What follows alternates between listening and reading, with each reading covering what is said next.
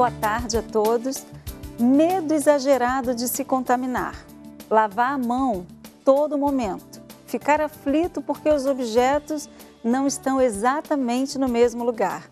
Esses são sintomas de transtorno obsessivo compulsivo, o famoso TOC.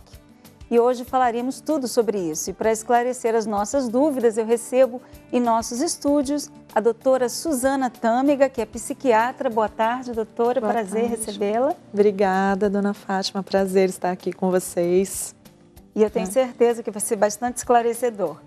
E também, ainda no nosso programa, vamos conhecer a história de Valdirez, que teve uma vida muito difícil. Sofreu preconceito por parte das pessoas e da própria consciência, porque viveu realmente uma vida difícil. Ela foi garota de programa. Eu estou aqui também com a Ana Cláudia. Boa tarde, Ana. Boa tarde e boa tarde a todos. E daqui a pouquinho voltamos conversando com a doutora. Agora nós vamos assistir a nossa matéria. Gamomania, cartocaquete, onomatomania, clinomania, doromania. Palavras difíceis, estranhas e, para a maioria, desconhecidas.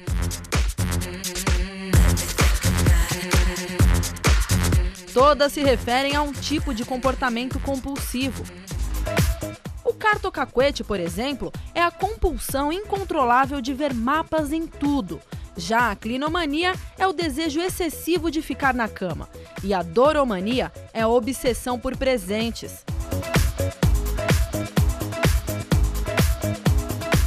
Os transtornos mentais estão cada vez mais presentes na sociedade. O TOC, transtorno obsessivo compulsivo, mais conhecido pela população brasileira, é considerado o quarto diagnóstico psiquiátrico mais frequente no país.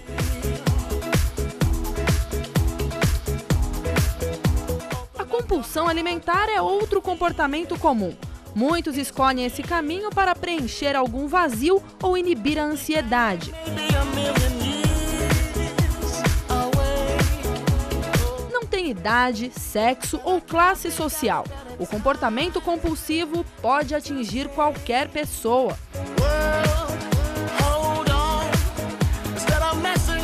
São diversos tipos de transtornos com nomes estranhos e descrições pra lá de curiosas, mas é uma difícil realidade para quem enfrenta essa guerra constante contra a própria mente.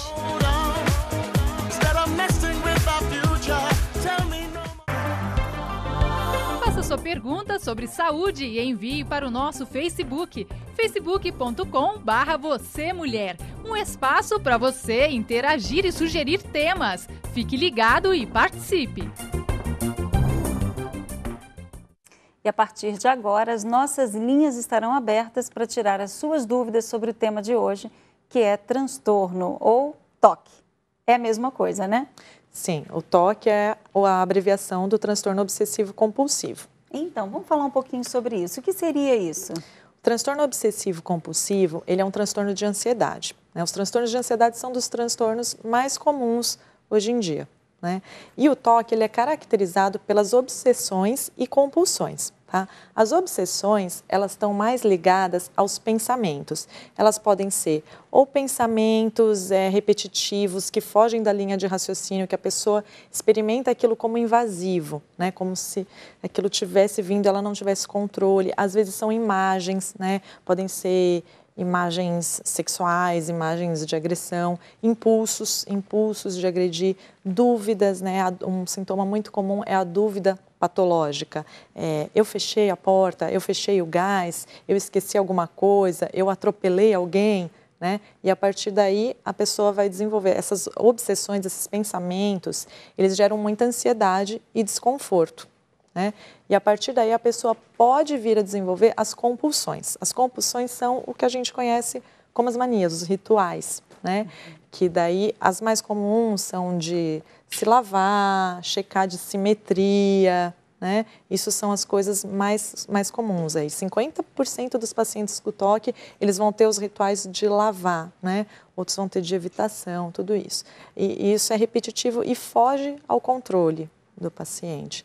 Para a gente falar, né, em TOC, né, em transtorno, você tem que ter, né, um prejuízo do funcionamento, um sofrimento significativo, um prejuízo do funcionamento na vida da pessoa acadêmica, profissional, dos relacionamentos, né? A partir desses sintomas, dessas obsessões e compulsões, ela vai ter esses prejuízos, né? Então, enquanto a mania não estiver trazendo nenhum problema social, familiar e pessoal mesmo, é só uma mania. Exatamente, porque mania todo mundo tem, é. né? Você vai ter um ritual de como você faz as coisas na sua casa, mas é diferente você ter uma mania que vai te fazer funcionar, porque às vezes a gente até precisa, né, ter algumas obsessões aí, né, para a gente funcionar no seu trabalho, para você ter até um grau de organização.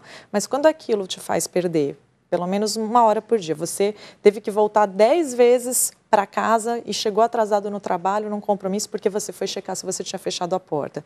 Você refez o seu caminho 10 vezes porque você ficou com dúvida se você atropelou alguém. Você evita o contato com uma porta ou sair porque você acha que aquilo vai estar te contaminando, né, sujando alguma coisa. Então, até chegar a esse ponto, né, tudo bem. Ninguém vai ficar lá, se você vê um objeto sujo, contaminado, você não vai ficar pegando naquilo, normalmente você vai evitar, né? Mas o quanto aquilo não estiver te trazendo prejuízo, né? Tipo assim, por exemplo, eu tenho mania de simetria, Ana, acho que já deve ter percebido um pouquinho. Eu gosto de tudo assim, muito certinho. Se tem 2 portas-retratos, eu gosto que tenha simetria. Se tem 2 peças iguais, eu gosto de simetria. Mas isso não é problema, desde que isso não me traga problema com as pessoas que convivem comigo, nem comigo mesmo, assim, de ficar triste por causa daquilo. Por exemplo, Então, você sair de casa e ficar o dia inteiro pensando, você está aqui no programa e você não consegue se concentrar no programa porque você está pensando se alguém mexeu no seu porta-retrato. Aí já é realmente a doença, um problema. Né? Agora, assim, você chegou, você gosta tudo bonitinho, tranquila, mas daí você começa a brigar com as pessoas em casa, né, e trazer prejuízos, de repente, no seu casamento, porque você não tolerou alguma mudança milimétrica ali. Aí a gente já fala em transtorno. E as pessoas que têm toque, elas se dão conta de que tem um problema? Sim. Apenas 5% dos pacientes com toque, eles não têm noção. A maioria sabe, ela entende, ela experimenta aquilo como uma coisa irracional. Sabe que não faz o menor sentido ela estar pensando aquilo o tempo inteiro, tá vendo aquelas imagens, né? No caso dos impulsos, ela não tem, né, por exemplo, o impulso de agredir, né? Que não é uma coisa tão incomum, de agredir o esposo, de esfaquear. Ela não tem a raiva, ela não está com aquele pensamento, mas esses impulsos, eles vêm. Então, ela sabe que aquilo não faz o menor sentido, né? Ela sabe que ela não vai pegar uma doença se ela encostar na porta, se ela der a mão para você.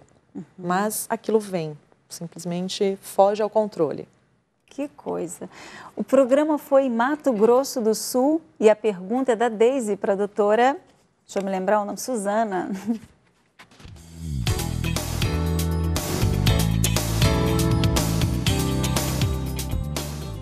Meu nome é Deise, sou de Campo Grande, Mato Grosso do Sul. A minha pergunta para a doutora é: qual a diferença entre toque e mania? Bom, voltando, né, Deise? A mania, ela vai ser uma coisa normal. Às vezes a gente vai ter manias de arrumação, manias de organização, né, mania. Tem gente que às vezes tem algumas manias com números, né? Escutar o rádio num volume, mas contanto que ela não brigue, não tenha prejuízos, né? Por conta daquelas manias, não perca tempo, isso não vai ser doença. Aninha. Eu tenho pergunta pelo nosso e-mail, tá, doutora? Os homens estão participando bem, né? Bastante. Você, mulher. Então, o Matheus da Rocha, ele pergunta assim, ó, eu roo as unhas. Isso já seria um pouquinho do sintoma?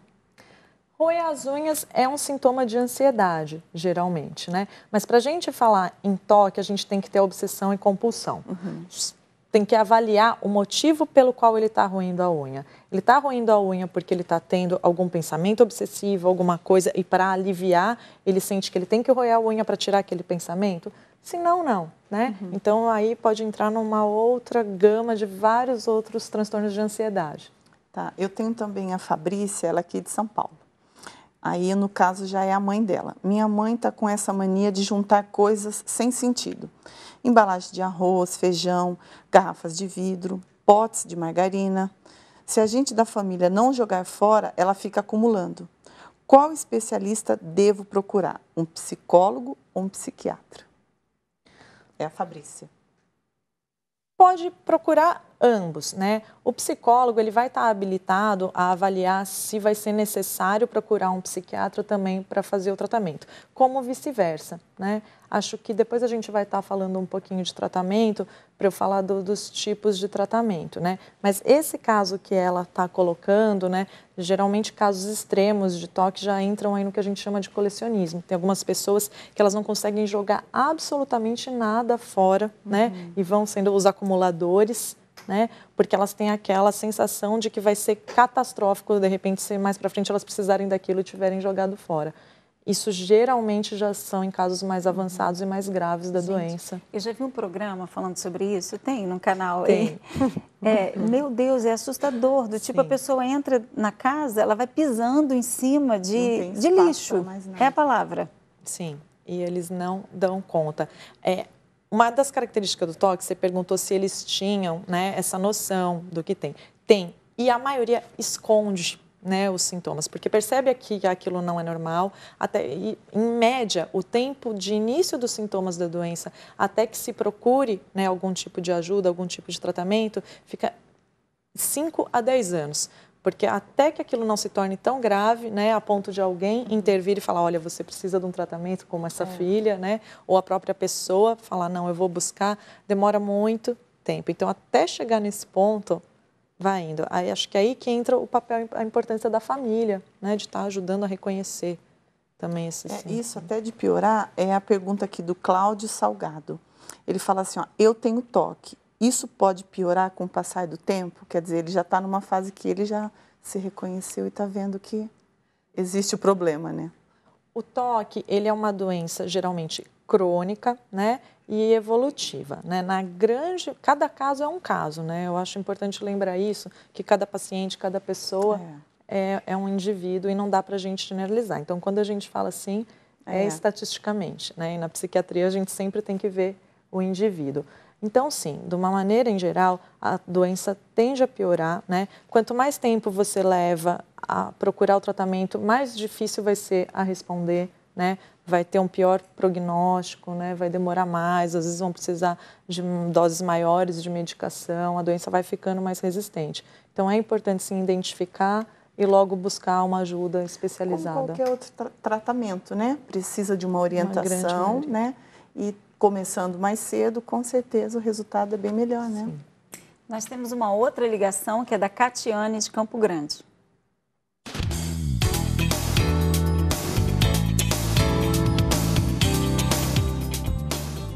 Meu nome é Catiane, sou de Campo Grande, Mato Grosso do Sul, e a minha pergunta para a doutora é qual é o papel da família no processo de tratamento do toque? Vamos lá. A família, né, ela vai estar perto, então ela vai reconhecer mais fácil os sintomas. Então, nesse primeiro passo.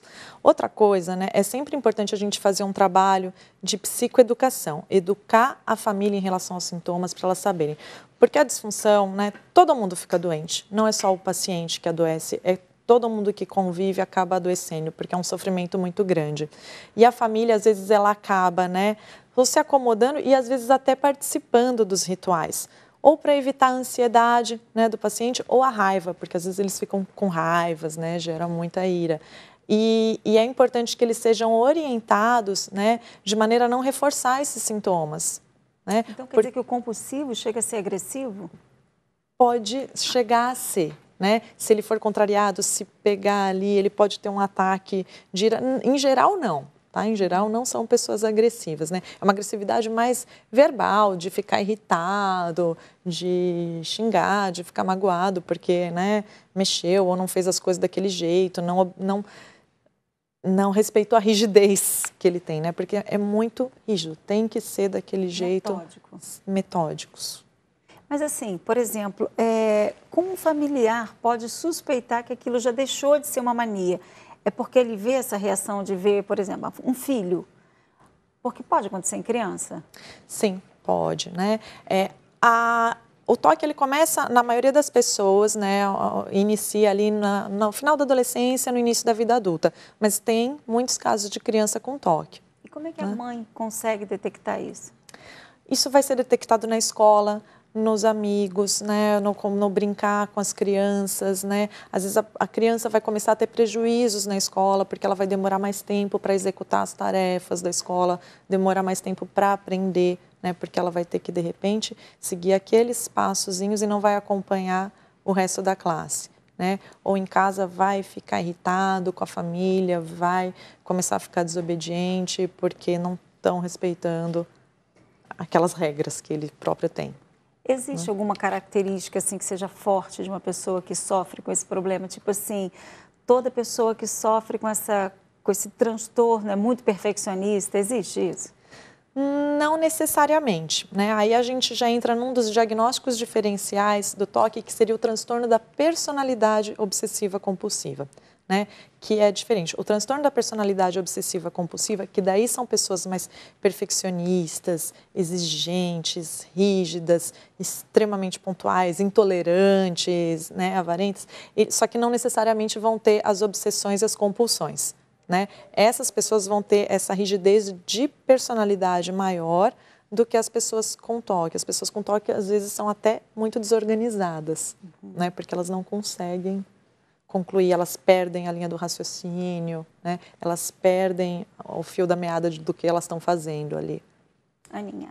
Nós temos aqui a Rúbia Barbosa, ela é da freguesia, e ela pergunta assim: quando conseguir se livrar do TOC, ainda vou ter que ser medicada? Não necessariamente, né? O tratamento do TOC, né, ele pode ser feito por terapias, né, principalmente aí no caso do TOC, as linhas cognitiva e comportamental, ou medicação. O que a gente tem de melhor resultado é a combinação das duas coisas, né? E melhor ainda, geralmente a gente, né, o que é recomendado? Isso vai depender muito também da idade, né, e de outras comorbidades. Mas geralmente a gente tenta iniciar com medicação, né, estabilizar um pouco o paciente e encaminhar para a terapia, até para que ele tenha condições de aproveitar bem a terapia. Porque se estiver extremamente ansioso, né, e chegar na terapia sem um controle, às vezes ele não vai dar conta, né, porque a terapia ela também vai estimular, né, até você ter uma melhora, ela vai mobilizar muitas coisas, né? Então, às vezes a gente medica. Com a terapia, muitas vezes a gente consegue reduzir a medicação e, em alguns casos, sim, retirar a medicação. E, doutora, essa terapia, a família, se quiser, pode fazer junto? Existe alguma coisa para ajudar, né? A casa toda? As sessões da terapia, propriamente dita, elas vão ser individuais, né? De preferência. Só para o paciente? Só para o paciente. Mas o que a gente costuma fazer e que é importante é fazer uma terapia orientada para a família, para conhecer a doença, para entender, para saber lidar. E também porque aquela pessoa está sofrendo, né? Então, às vezes, ela precisa de uma terapia de apoio, o familiar, né? É que ambos sofrem, né? Sim, porque é muito difícil lidar, às vezes. Nós vamos a uma matéria agora de um rapaz que sofre com compulsão por organização. Vamos à matéria. Chegar cedo ao trabalho, antes de todos os companheiros. Ficar concentrado e não se preocupar com a hora. 10 horas da manhã, né, de um dia, fiquei até 4 horas da manhã do dia seguinte, né, e assim, é prazeroso, assim, para mim. O jovem auxiliar administrativo é capaz de qualquer sacrifício para executar bem as tarefas no escritório. O que parece uma qualidade pode ter um toque de exagero. Chega uma hora que acaba desestimulando. O corpo não aguenta, né? Os meus sonos, eu sou muito inquieto, sabe? Então, minha cabeça está sempre em atividade, eu fico sempre, quando eu durmo, assim, agito. Às vezes eu tenho a sensação até mesmo que acordo, tô com essa sensação até que estou no trabalho. Durante muito tempo, Sidney vigiou o espaço dos outros. Nada de cadeira fora do lugar. A sala deveria ficar arrumada sempre, do jeito dele. Eu posso ficar muito mais tempo fazendo determinada coisa para que saia impecável, para que não haja uma falha e que eu nunca receba uma repressão, né? Quando eu escuto qualquer tipo de repressão, nossa, é uma sensação de que o dia acabou para mim. O medo de errar era tanto que Sidney revia e revia as papeladas do escritório. Perdia bom tempo só para ficar arrumando. A demora para executar tarefas rotineiras do dia a dia é um dos sintomas do transtorno obsessivo-compulsivo. É uma doença na qual a pessoa tem obsessões e compulsões. As obsessões, elas são eventos mentais e as compulsões geralmente são atos, coisas que a pessoa faz, comportamentos que ela tem. As obsessões são pensamentos que a pessoa não quer ter e que invadem a mente dela. De cada 100 pessoas, 3 vão desenvolver o TOC ao longo da vida. É o 4º transtorno psiquiátrico mais comum no mundo. Sidney perdeu o emprego e abandonou a faculdade. Não conseguia ser pontual na entrega dos trabalhos do curso. Quando eu começo com o trabalho, ele vai indo assim, impecável. Aí chega uma hora quando tem o primeiro erro, assim, então quando já desvia daquele nível de perfeição. Se não tem mais aquela perfeição, eu já abdico, né? Aí eu acabo abandonando tudo. O jeito rápido de falar, a movimentação constante do corpo, também são sinais de outro transtorno, o do déficit de atenção. Por conta da hiperatividade, Sidney não consegue assistir a um filme sem parar várias vezes. Se ele não despertar interesse nenhum, eu já não aguento nem a primeira hora. Ou então, se eu for ficar, de qualquer forma, eu tenho que ficar parando. Mesmo um filme super interessante. Eu paro, aí eu vou dar uma volta, eu vou ficar fico andando, assim, né? Fico parado pensando, alguma coisa, aí eu pego e volto. Assim, quando sai um pouco dessa inquietação, né? Aí eu volto para assistir o filme de novo.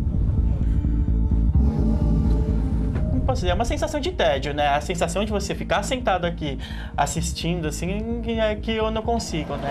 Os sintomas do TOC e da hiperatividade normalmente caminham juntos entre os homens. Mas as pesquisas sobre o assunto ainda não apontam as razões.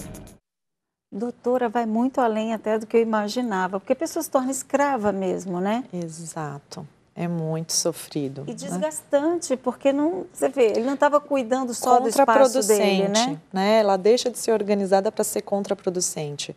Que ela vai, além da exposição, né? Imagina no caso dele ali, as pessoas começam a perceber, né? Que não é normal aquele comportamento, né? Que ele tem que levantar, arrumar as coisas que ele não deveria. E qual seria a dica, ou de repente uma estratégia para a pessoa que tem esse transtorno, na hora que ela sente essa coisa compulsiva de ir lá e consertar aquilo que ela já consertou, ou de ir lá na bolsa ver se o documento está na bolsa e que ela já viu? Tem alguma dica? Então, assim, Fátima, dica, né? Infelizmente, não tem. O tratamento, a terapia, por exemplo, ela vai ajudar com isso, né? Ela vai trabalhar com técnicas de exposição a essa ansiedade, dessas obsessões, para depois tentar retardar as compulsões, né? Que são os atos, os comportamentos, os rituais, né? De retardar e depois até evitar. Mas isso geralmente vem com tratamento, porque não adianta falar assim, não faça. É mais forte, né? É uma coisa que toma conta. E isso vai muito além, porque assim, de repente quem não sofre com esse tipo de problema deve falar assim, gente, isso é uma bobeira, é uma frescura. Infelizmente. Mas traz um sofrimento muito grande, né? Para a pessoa que tem o problema. E para quem convive com essa pessoa também, infelizmente. E quais são os tratamentos? Então, no TOC, né, o principal mecanismo afetado, né, cerebral, seria com o neurotransmissor a serotonina, né? Então, o tratamento medicamentoso, a gente vai usar medicações, né, que são conhecidos como inibidores da recaptação da serotonina. A primeira linha de tratamento para o TOC é uma medicação chamada clomipramina.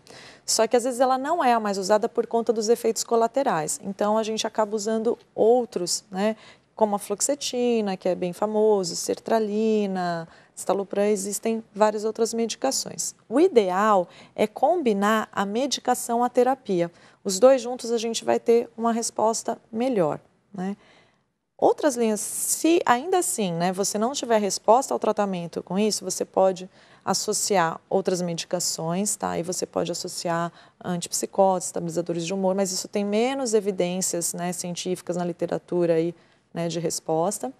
E em casos muito refratários, né, que não responderam a nada, existem duas outras possibilidades. Existe a eletroconvulsoterapia, tá, que é o ECT, o antigo eletrochoque, e cirurgia, né? Mas isso são só para casos refratários mesmo, que não responderam a nada, né? Tem alguns procedimentos neurocirúrgicos que vão ter uma resposta, só que toda cirurgia ela vai ter riscos. Então, isso tudo muito avaliado, né? Se não respondeu realmente a medicação, a terapia e está trazendo um prejuízo muito grande, pode ser o caso de passar por uma neurocirurgia.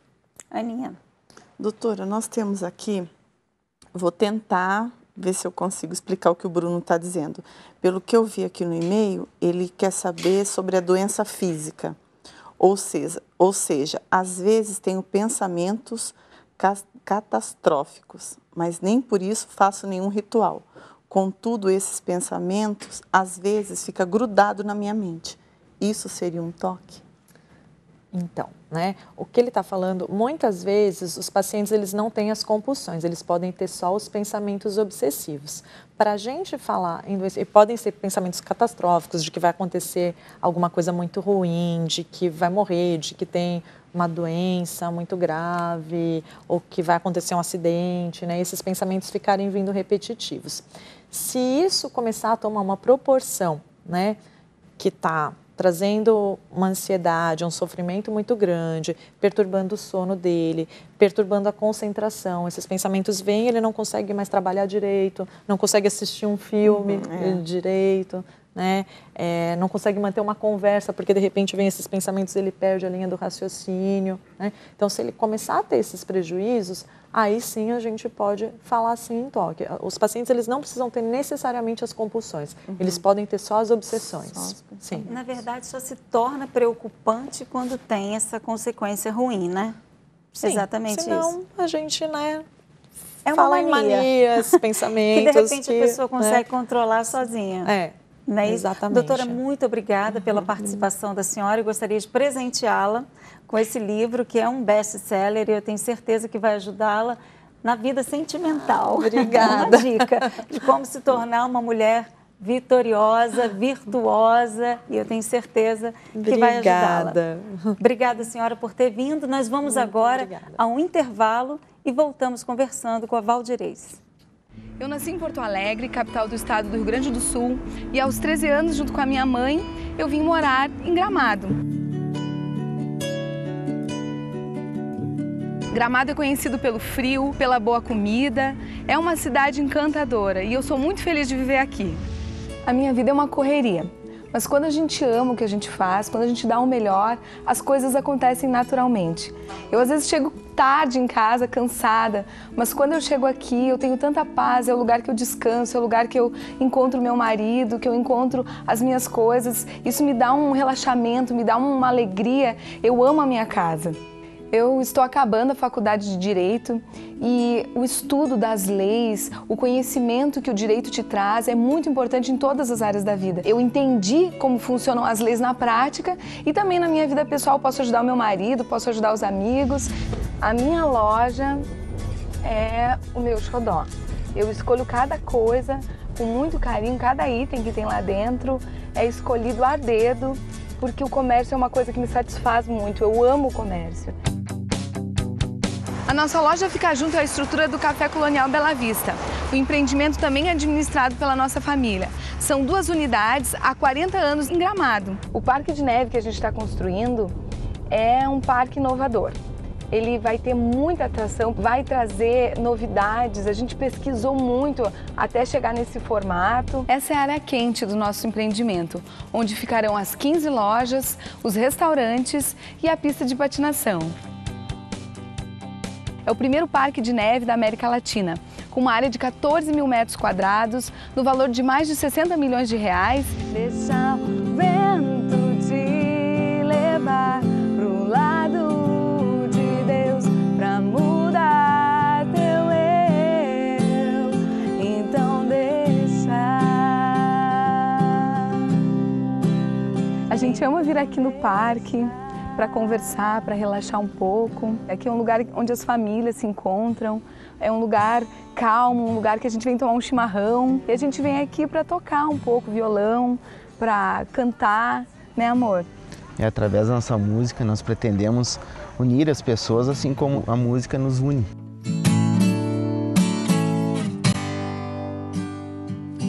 Deus tem sido muito bom comigo. E eu reconheço que através dessa fé é que eu tenho conseguido conquistar todas as coisas.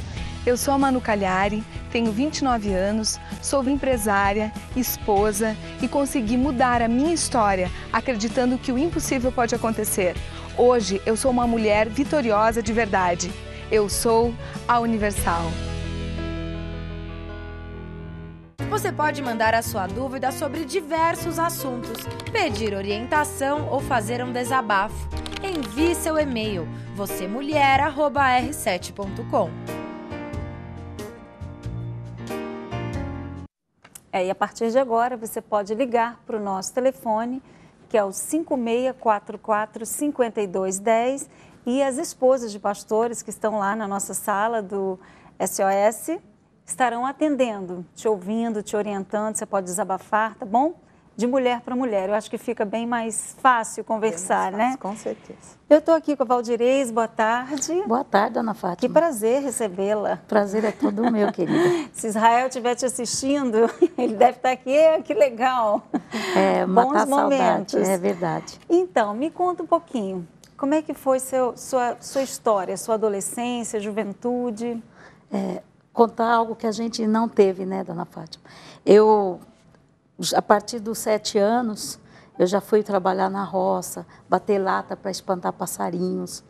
E com os 9 anos, meu pai faleceu, uma morte rápida, que deixou a gente sem chão, né? Porque ele era o alicerce da casa. Porque daí nós fomos morar na cidade, de uma casa...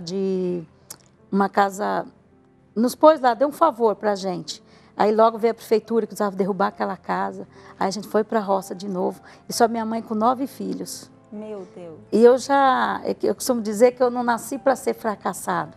Eu tinha vontade de ter uma cama boa, uma casa boa. Talvez o meu pai passou isso até os meus 7 anos, que ele deu conforto. Então a gente ficou trabalhando, fomos para uma fazenda, aí colhemos algodão, colhemos milho, feijão. E aí teve uma política lá de fogos e tal. Aí a minha irmãzinha me jogou um palito de fósforo em cima da casa. E a casa era de sapê, toda de barro, né? De pau a pique e barro. Aí a casa pegou fogo. Meu Deus, é uma história marcada por perdas, né? Não, olha, eu falei para minha mãe, mãe, se é verdade que cada 7 anos que vai mudar as coisas, a gente é ao contrário. A gente é uns 7 anos atrás do outro. E quem vê eu falando, dá a impressão que sou a mais velha. Tinha 6 mais velhos do que eu. E aí a gente fez aquela colheita legal para mudar para a cidade. Aí o meu irmãozinho caçulinha passou na cinza que bateu o feijão, aí queimou os pezinhos. E o dedinho dele encolheu, comeu tudo isso daqui, o fogo. Aí a minha mãe para a cidade, todo dia tinha que tomar um ônibus. A maioria das vezes passava carona, levava ela para fazer tratamento no pé. Dona Fátima, se foi todos os nossos sacas de feijão, de milho para comprar casinha na cidade, foi tudo no pezinho dele. Tipo, trabalhava, um saquetel furado. Andava para trás como caranguejo. Aí ficamos sem saber o que vai fazer. Aí o sogro da minha irmã, aí já uma irmã minha casou, já aliviou, daí só era 8 pessoas. Aliviou de um lado, mas pesou do outro, porque ela trabalhava, por ser já mais velha, trabalhava na roça, ajudava. Aí o sogro dela nos levou para a cidade e a gente foi morar num rancho. Assim, fizeram um cercado, tipo por animal, com eternite e a lona era de plástico em cima. Então, quando chovia, a água passava por debaixo da cama. Não é cama, era umas madeiras e colocava outras em cima e enchia o colchão de palha, de milho, e a gente dormia ali. Nós dormíamos em 8 nesse cômodo. Fora era uma cozinha também, emendada ali coberto com esse plástico. E banheiro fora também. A uns 100 metros, uma casa de prostíbulo. E a outros 20 metros, uma casa de encosto. Então, a gente ficou ali parecendo um animal. A minha mãe começou a trabalhar daí no hospital, de lavadora de roupa, porque ela não estudou, assim como eu também, a gente não teve tempo, não teve oportunidade por causa do trabalho, né? Ela, no caso, foi meus avós. Então, minha mãe sofria muito, muito, dava dó de ver como ela trabalhava para dar comida daí para 8 filhos, 8 bocas, sendo que só ela trabalhava, sim, fixo, e um irmão meu mais velho começou a trabalhar e nós começamos a vender. Eu comecei para esse prostíbulo com 12 anos, vender salgadinho. Porque eu passei na porta, mas eu não tinha nem noção do que era. O capitão da cidade que descobriu e foi lá e me deu um emprego de meio período de lavar louça, limpar a casa e prometeu me dar uma surra se me visse lá de novo. Mas só para minha mãe também não saber que eu estava indo lá. E aí meu irmão vendia sorvete e eu vendia aqueles corinho de porco para eles tomar com aperitivo, hoje eu sei que é assim. Então a gente ia ali só para ganhar dinheiro.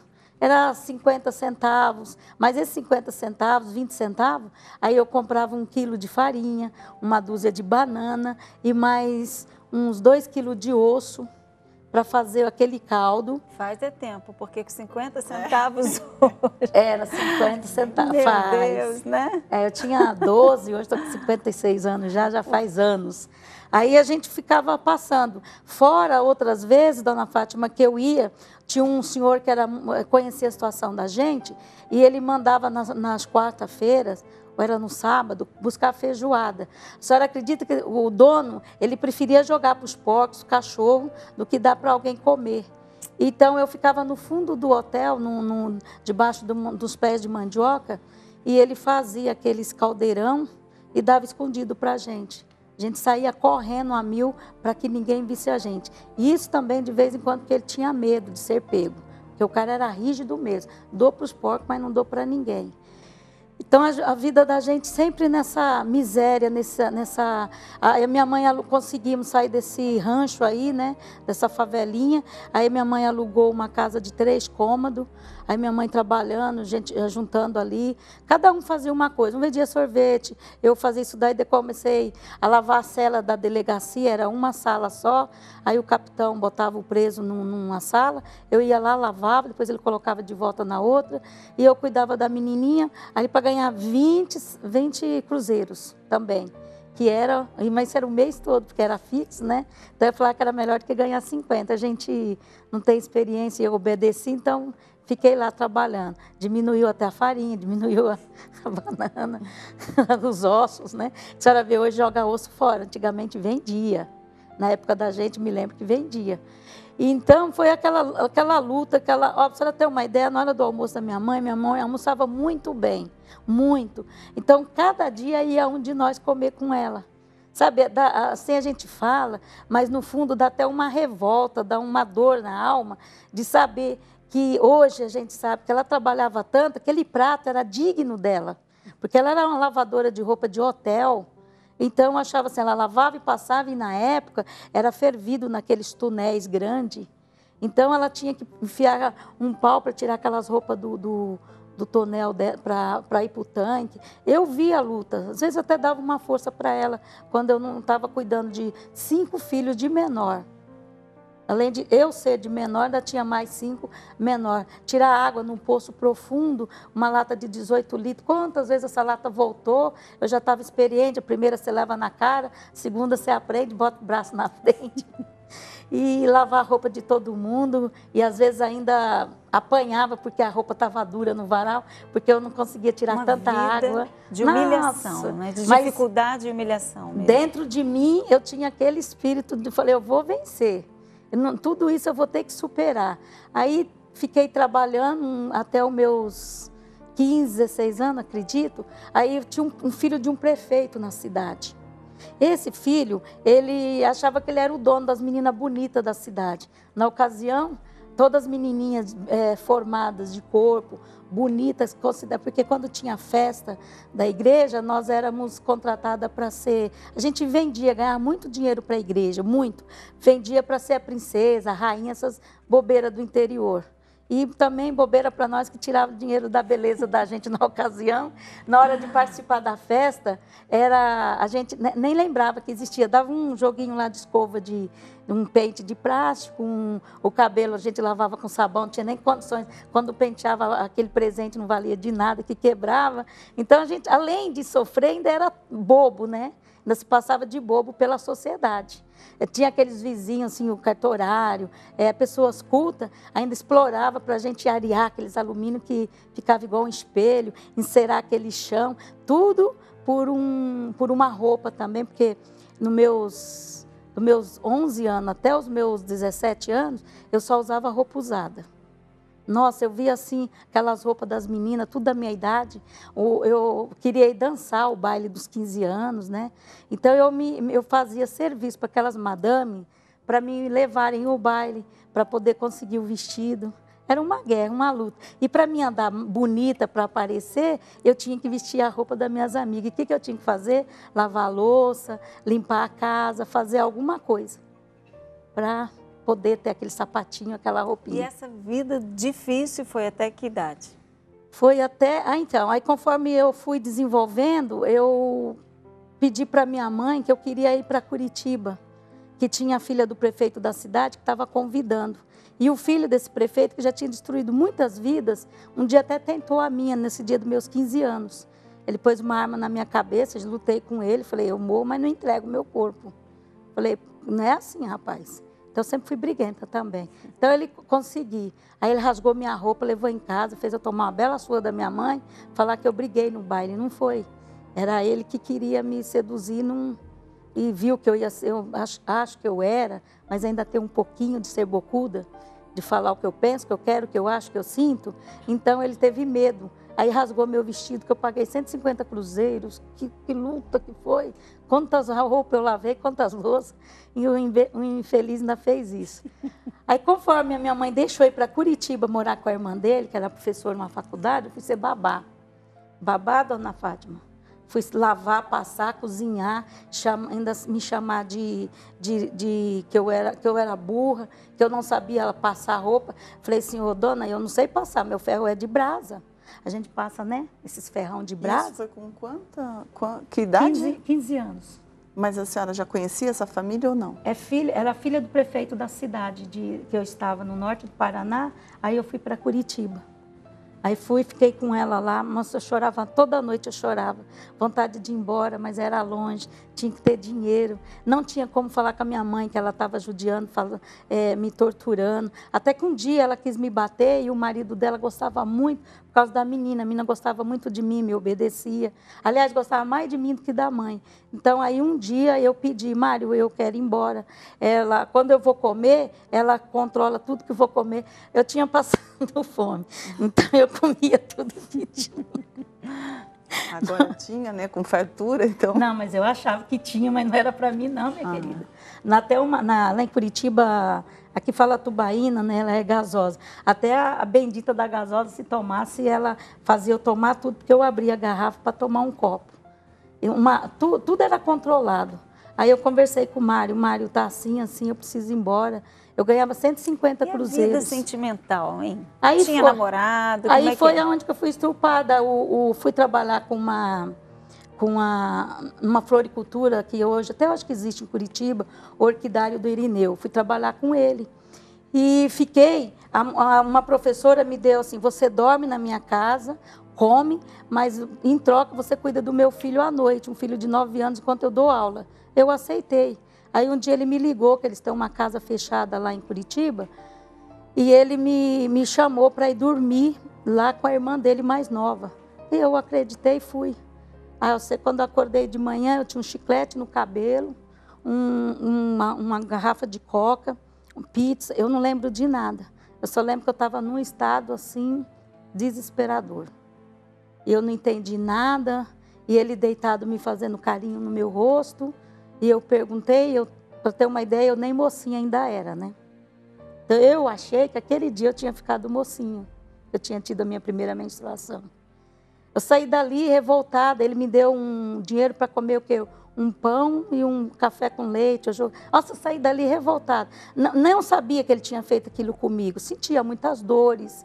Eu sentia assim como se eu tivesse tirado de mim aquela pureza mesmo, porque eu sentia um outro corpo em mim, não era mais eu.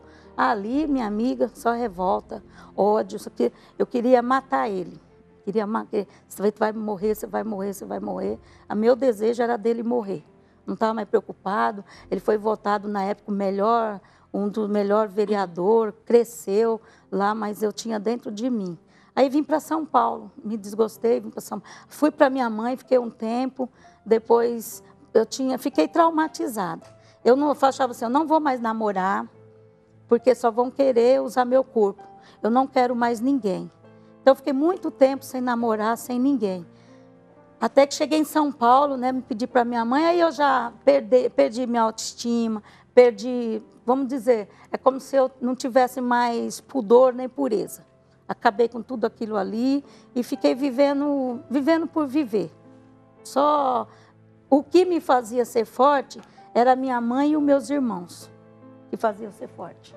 Pensava na necessidade, pensava na fome que os meninos passavam, porque nem sempre tinha comida. Aquilo fazia eu viver. Eu tinha um amor muito grande pela minha família, que eu sou muito família, sou muito amorosa.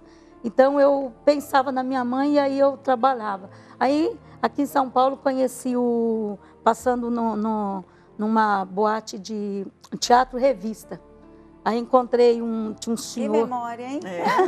Tá boa. Eu encontrei ele até pai da Ângela Leal. Hoje, acho que já falei, acredito que sim. Eu passei assim, fiquei olhando aquelas mulheres bonitas e eu tenho sangue na pele de dança. Eu tenho o maior prazer, era duas coisas, era ser bailarina profissional ou eu ia ser policial. Tinha aquilo dentro de mim. A polícia até que eu tentei aí, mas vi que não era. Aí ele me convidou ali vendo as fotos, mas eu ia fazer 18 anos, ele não podia pegar, estava próximo. Aí fiquei olhando aquelas fotos e ele ficou me observando, eu observando ele também já com medo. Por que esse homem está me olhando tanto? Aí ele me convidou para assistir a peça no Teatro Santana, ali com a Ipiranga e a... Não tem problema. Por ali, perto da Aurora ali. Todos os teatros ali. Aí eu entrei no escritório dele e vi as meninas dançando, fazendo, cada uma fazia uma música diferente. E aquilo foi mexendo comigo. Aí ele pediu para trabalhar, pagar 2.500 cruzeiros. Falei, meu Deus do céu, quanto dinheiro. Aí já vem pensando na minha mãe, vou trazer minha mãe para São Paulo, porque eu tinha um objetivo, trazer minha mãe. E para trazer minha mãe, eu tinha que trazer 4 de menores e mais a minha mãe e mais um mais velho do que eu, 2. Então fui, e ele falou, mas qualquer coisa que se vier, na época tinha que ter carteirinha para falar um palavrão, tinha que ter carteirinha da Federal. Hoje está tudo escancarado. Uma palavra minúscula que você falasse, tinha que ser fechado no teatro e tinha que, nem rua, nem pensar. Né? Essa palavra que fala hoje, eu até costumo dizer, até pior do que o presídio, que eu já trabalhei no presídio, a gente vê que lá dentro ele se segura mais do que aqui fora. Então, aí eu comecei a trabalhar com ele, se chegasse a Federal aí me escondia, né? Até eu completar os 18 anos. Aí fiquei trabalhando. Eu vou pedir licença, um minutinho. Meu Deus, mas você fez de tudo um pouco também, né, Valdireide? Sim, que senhora. história! Só um minutinho, porque a gente tem uma ligação da Vera daqui de São Paulo e que precisa de ajuda. Boa tarde, Ana. Boa tarde, Fátima. Meu nome é Vera Lúcia.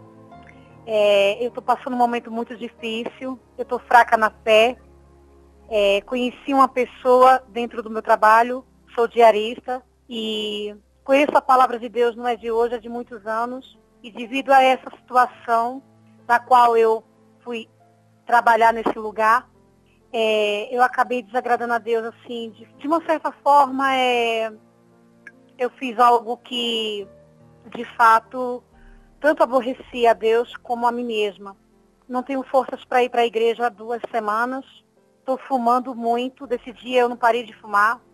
Não estou me sacrificando a nada para Deus e, no fundo, eu sei que o que eu estou agindo é de uma forma pelo sentimento, algo que não é de Deus, mas essa pessoa não me forçou a nada.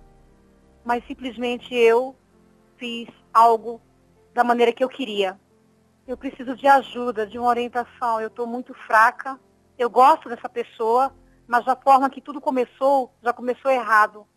Então, eu não consigo ir para a igreja, eu não consigo buscar o Espírito Santo. Eu estou completamente desanimada. Eu não tenho força em relação a nada com Deus, nem mesmo de buscar, nem mesmo de fazer oração. E por isso que eu quero que vocês me ajudem, me orientem. Me dê uma palavra que realmente eu, de fato, eu proceda com Deus. Porque já são anos que eu estou dentro da igreja, muitos anos, dos meus 28 anos até os meus 42, e eu nunca tenho um caráter com Deus. Eu nunca procedo de uma forma correta com Deus. Porque eu sei que o erro está em mim. Não está em ninguém, está em mim. E por isso que eu preciso da orientação de vocês. Ana, Fátima, me ajudem, por favor. Oi, Vera, olha só. A gente sabe que sentimento não muda ninguém, não muda nenhuma área, nem a área sentimental. Então, você viu que o seu tempo na igreja, que tempo de igreja também não muda nada.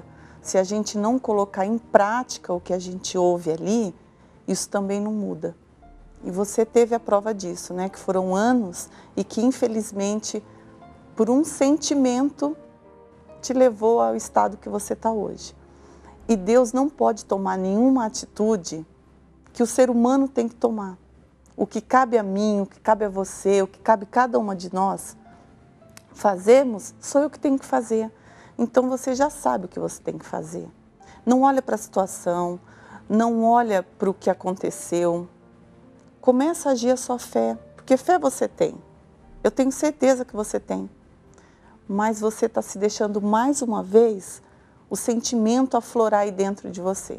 Então volta para essa fé. Vinde a mim como estás, não é isso? Ana, sabe o que eu percebo na história da Vera? Que está atrapalhando a fé dela é a consciência dela. Ela sabe que ela está fazendo coisa errada. Ela está fazendo de forma consciente. E isso, o pecado traz dúvida. E a dúvida traz problema, não gera problema, não tem jeito. Então, duas coisas me chamaram a atenção. Isso, porque a gente vê que ela está sendo perturbada pela consciência dela e que só existe uma maneira de você se ver livre, né?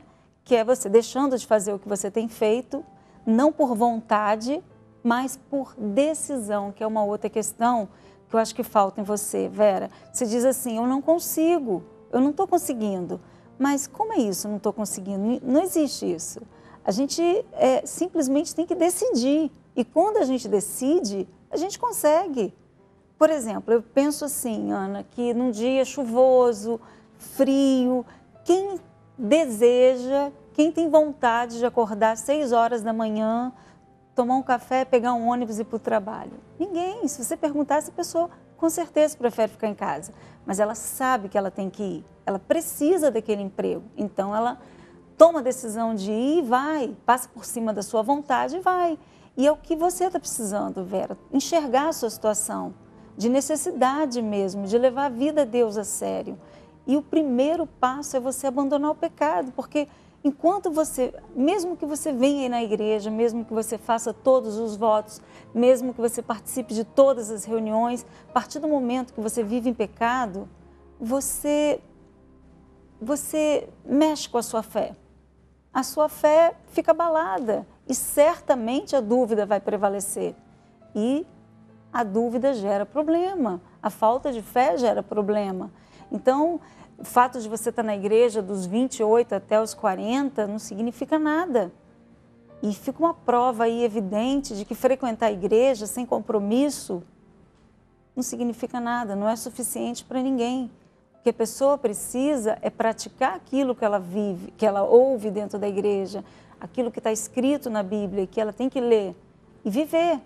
Porque isso sim funciona. Corrente por si só, oração do pastor por si só, campanhas por si só, não, Deus age, mas através da gente. A gente tem que fazer a nossa parte, né, Ana? E é isso mesmo, Vera. Então, procure uma igreja mais próxima de você, tá bom? Toma atitude que Deus é com você, com certeza. Deus te abençoe. Então, Valdirez, e nessa altura, foi trabalhar no teatro? Trabalhei no teatro, aí comecei a trabalhar de dançarina à noite, aí fui realizando. Foi só dançarina mesmo? Fui dançarina e às vezes, devido daí eu consegui trazer minha mãe, aluguei um apartamento num local bom e a minha despesa na época era 17 mil cruzeiros. Então tinha noites que dava para escolher, eu era meia chata nisso. Então tinha estrangeiro que se encantava comigo nas passarelas, tinha alguma autoridade que oferecia um valor que eu lembrava naquelas contas que eu tinha que pagar. Eu vendia meu corpo. Aí então, de dançarina, você começou realmente a se prostituir. É, eu vendia meu corpo. Eu queria te pedir, como sempre, ou você, mulher, está cheia de minissérie, né? Porque todo mundo que vem dar testemunho aqui não consegue concluir praticamente no mesmo dia.